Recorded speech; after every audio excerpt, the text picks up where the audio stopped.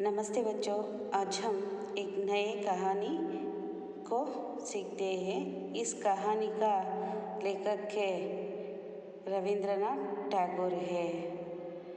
रविंद्रनाथ टैगोर ने ये कहानी लिखी गई है। ये कहानी बंगला के गाँवों के जीवन के बारे में बताया है। वहाँ एक कर्तव्यनिष्ठ डॉक्टर सर्दी और बरसात की परवाह ना करते अपने रोगी को देखने जाते थे। रास्ते में आने वाली कठिनाइयों से ना डरकर वहाँ अपने कर्तव्य का पालन करने के लिए जाता था। उसे प्रेरित होकर इन्होंने इस कहानी को रची है। बच्चों, आप सब लोगों को पता है आप घर पर ही आपका शिक्षा प्राप्त कर रही है, क्योंकि कोरोना की वजह से आप सबको स्कूल को नहीं आना पड़ रहा है।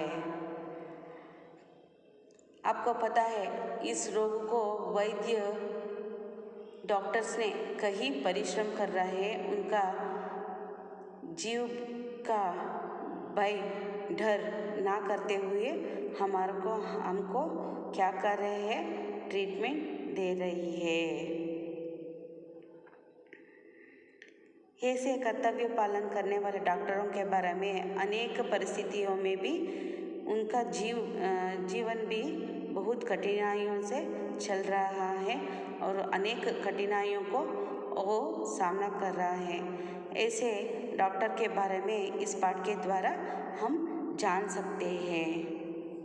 इस पाठ का नाम क्या है? डॉक्टरी। डॉक्टर विशंबर बाबू सप्तग्राम में रहने वाले स्टेशन मास्टर के बीमार लड़के को देखने जा रहे हैं। वे सप्तग्राम में रहते थे। उस सप्तग्राम में 7 ग्राम में रहने वाले लोगों को एक ही डॉक्टर है, वे है विशंबर बाबू। वह सप्तग्राम में स्टेशन मास्टर के लड़के बेटे ने बीमार हो गए हैं। उसको देखने के लिए डॉक्टर विशंबर बाबू पालकी में बैठकर जा रहे थे। कहरा पालकी उठाए चल रहे थे और उनकी दवाइयाँ पालकी की पिटारी की छत पर रस्सी से बांधकर रखी गई हैं। डॉक्टर बाबू के साथ साथ उनका नौकर शंभू भी चल रहा था।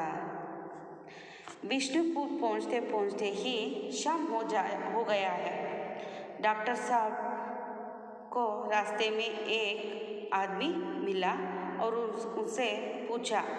क्या पूछा?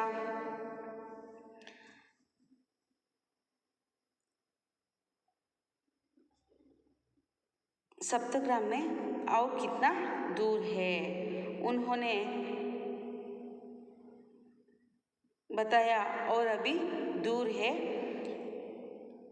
उन्हें रात यही जंगल में काटनी पड़ेगी, क्योंकि सप्तग्राम और बहुत दूर है। उस जंगल में डकैत भी रहते हैं, उनसे बहुत डरते हैं। डॉक्टर साहब कहते कि वे रुक नहीं सकते, क्योंकि वहाँ रोगी उनका राह देख रही है।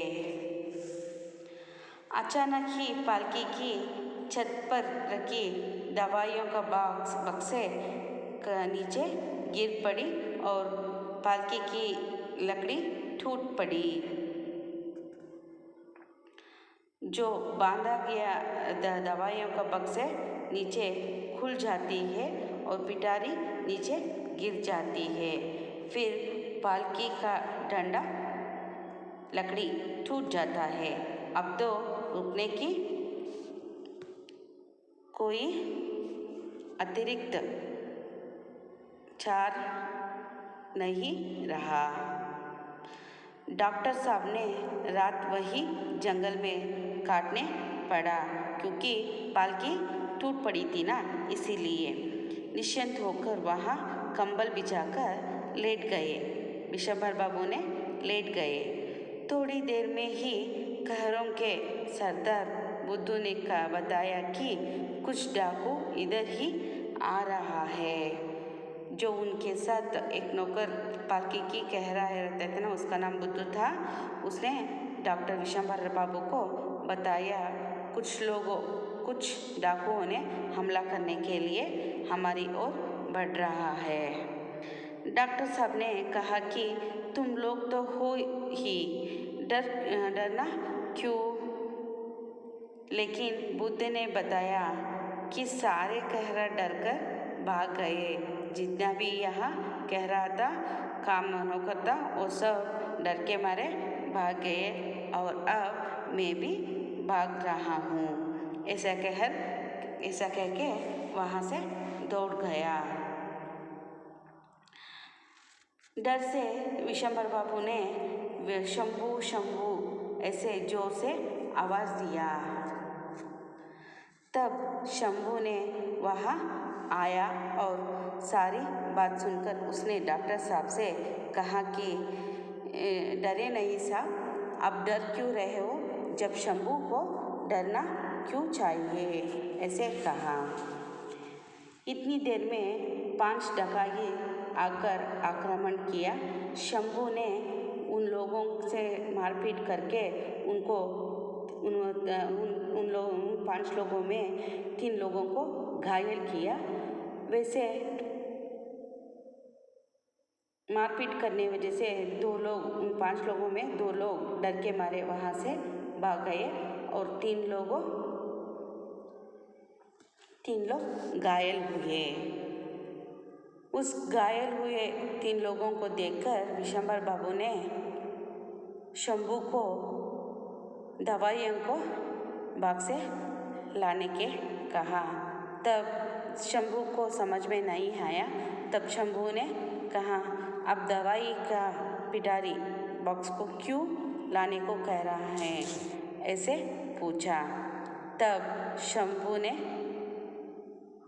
तब विशंबर बाबू ने कहा, इन तीनों का डॉक्टर मैं ही तो हूँ, क्योंकि यहाँ और कोई डॉक्टर नहीं है इनका इलाज करने के लिए।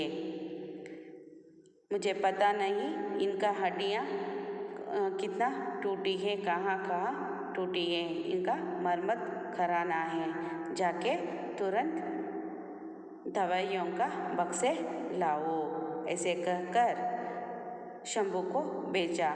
तब शंभू ने जाकर उस दवाइयों का बक्से लाता है और इन तीनों को मरम्मत पट्टी करता है।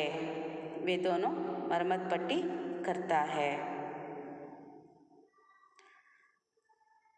वे दोनों मरम्मत पट्टी करने के बाद रात पूरा बीत जाती है, सुबह हो जाती है।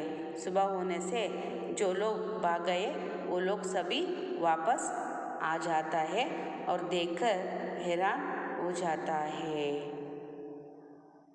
और सुबह होने के साथ इन लोगों वापस अपने अपने घर जाते हैं और विशंबर बाबू, शंभू, वे दोनों स्टेशन मास्टर की बेटे को देखने के लिए जाते हैं।